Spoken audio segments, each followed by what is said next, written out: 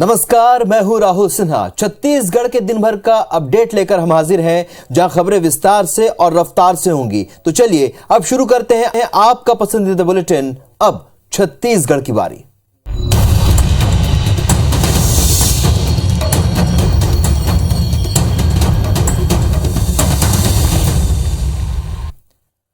मनेन्द्रगढ़ से विधायक डॉक्टर विनय जायसवाल का एक वीडियो वायरल हो रहा है।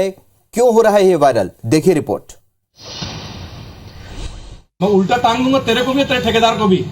आके देख तो नाली कैसा भरा है, इसमें तुरंत लगा आदमी सफाई के लिए।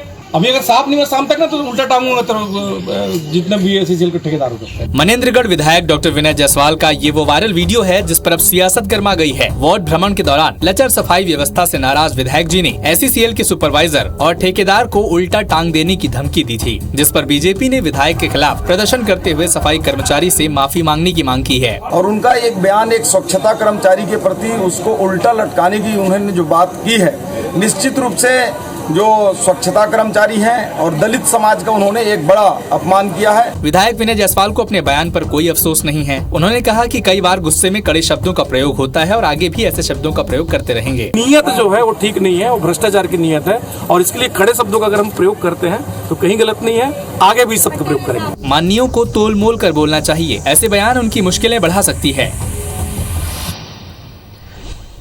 सीएम भूपेश बघेल का भेंट मुलाकात कार्यक्रम अक्सर सुर्खियों में रहता है, जिस पर आजकल बीजेपी कुछ अलग तरीके से हमला कर रही है। देखिए रिपोर्ट। सीएम भूपेश बघेल का भेंट मुलाकात कार्यक्रम काफी चर्चित है। इस कार्यक्रम के माध्यम से सीएम भूपेश बघेल आम लोगों से सीधे संवाद करते हैं। कार्यक्रम के जरिए सीएम बघेल आम लोगों की समस्याएं सुनते हैं और तत्काल उसका समाधान भी करते हैं। मुख्यमंत्री भूपेश बघेल के भेंट मुलाकात कार्यक्रम में भाजपा नेता भी पहुंच रहे हैं। इस दौरान उनकी सीएम से हुई चर्चा को भाजपा सोशल मीडिया पर वायरल कर रही है। माननीय मुख्यमंत्री जाते हैं तो सबसे चर्चा करते हैं, मगर भारतीय जनता पार्टी के नेता वहां जाके हुड़दंग करते हैं और वहां जाके गलत बातें करते हैं। मुख्यमंत्री जी भेंट मुलाकात का काम कर रहे हैं, जनता से सीधे मिल रहे हैं, तो इन लोगों को तकलीफ हो रही है।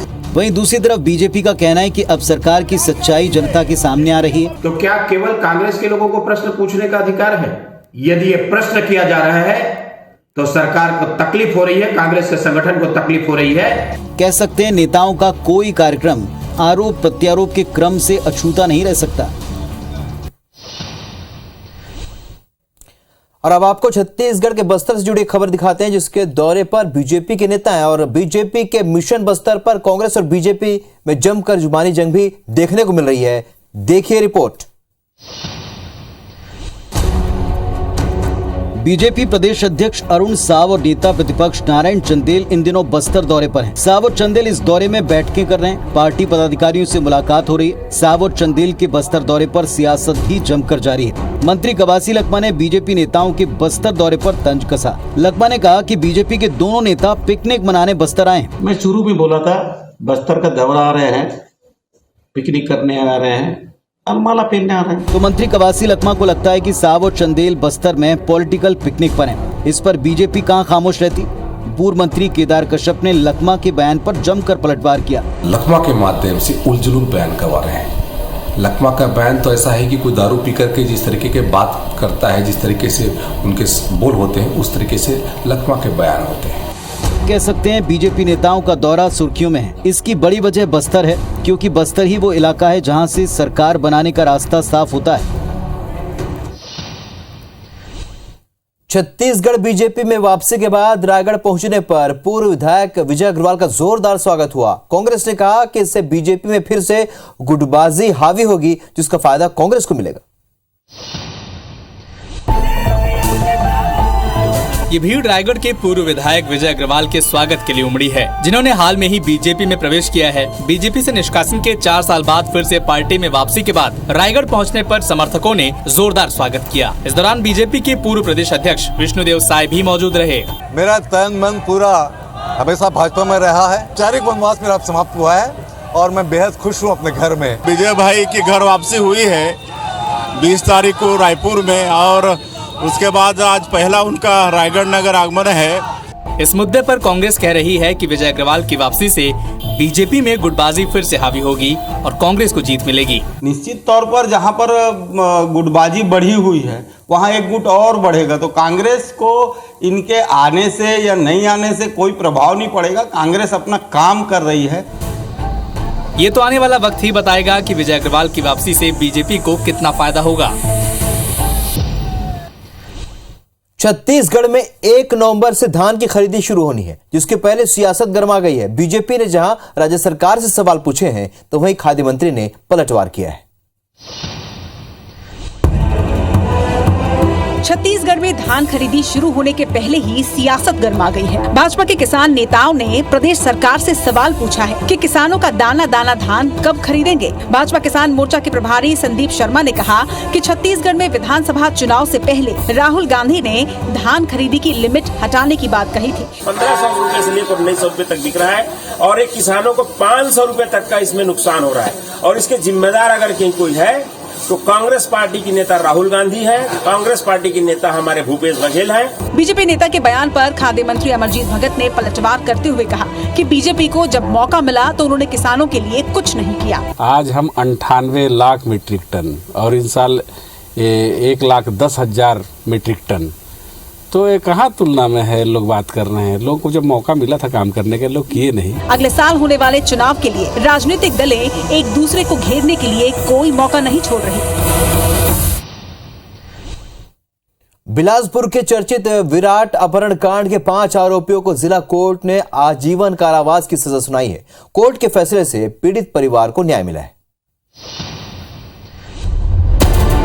बिलासपुर के चर्चित विराट शराब अपहरण कांड के 5 आरोपियों को जिला कोर्ट ने आजीवन कारावास की सजा सुनाई है। अपहरण कांड के 3 साल बाद ये फैसला आया है। अप्रैल 2019 में बिलासपुर के व्यापारी विवेक सराफ के 5 साल के बेटे विराट का अपहरण कर लिया गया था और व्यापारी से 6 करोड़ की फिरौती मांगी गई थी।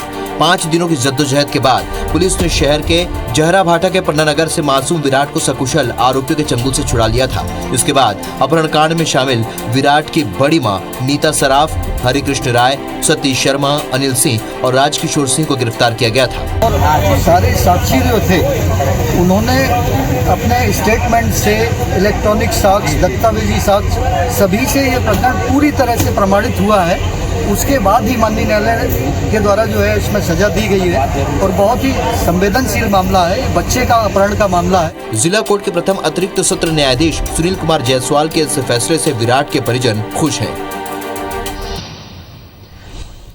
विधानसभा चुनाव करीब आते ही बिलासपुर में एक बार फिर से सीवरेज के मुद्दे ने जोर पकड़ लिया है। शहर सरकार और विपक्ष प्रोजेक्ट को लेकर आमने सामने।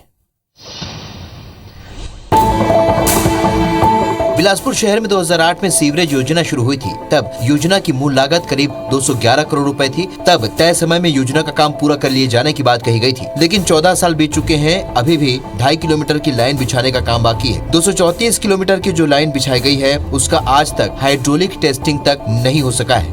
अंदर रोड में दब गए, उसको खोल के रोड लेवल तक भी ला रहे हैं, तो थोड़ा सा काम जो उस समय हुआ उसकी प्रॉपर ड्राइंग डिजाइन नहीं है। हर चुनाव में बिलासपुर के लिए बड़ा मुद्दा रहा है। कांग्रेस बीजेपी एक बार फिर इस मुद्दे पर आमने सामने है। 14 सालों तक सड़कें धंस रही हैं बिलासपुर की। क्यों? क्योंकि 2008 से लेकर 2014 तक आपने जो सीवरेज के गड्ढे खोदे और जो आपने रेस्टोरेशन किया, वो रेस्टोरेशन आपने मिट्टी से किया। ऋषियों का मूल चरित्र यह है कि किसी समस्या का समाधान करना नहीं, लेकिन चुनाव निकट आते ही इस ढंग से चीखने चिल्लाने का काम करते हैं। आज भी योजना के नाम पर बेतरतीब खुदाई जारी है। अरबों खर्च होने के बाद भी जनता परेशान है।